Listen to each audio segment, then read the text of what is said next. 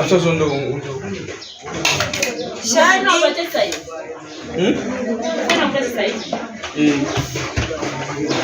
Alguém não achou que passa.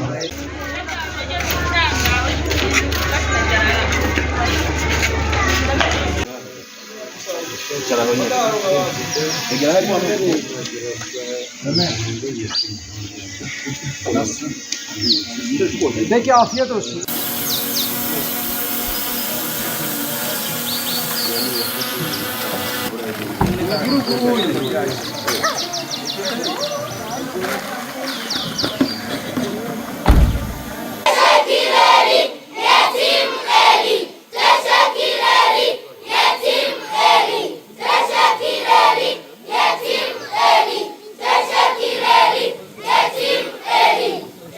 Bismillahirrahmanirrahim. İnsani Yardım Kuruluşu Avrupa Eğitim Evi olarak dünyanın en yoksul ülkeler arasında bulunan Burundi'deyiz. Buradaki kardeşlerimize biraz sonra ikram edeceğiz.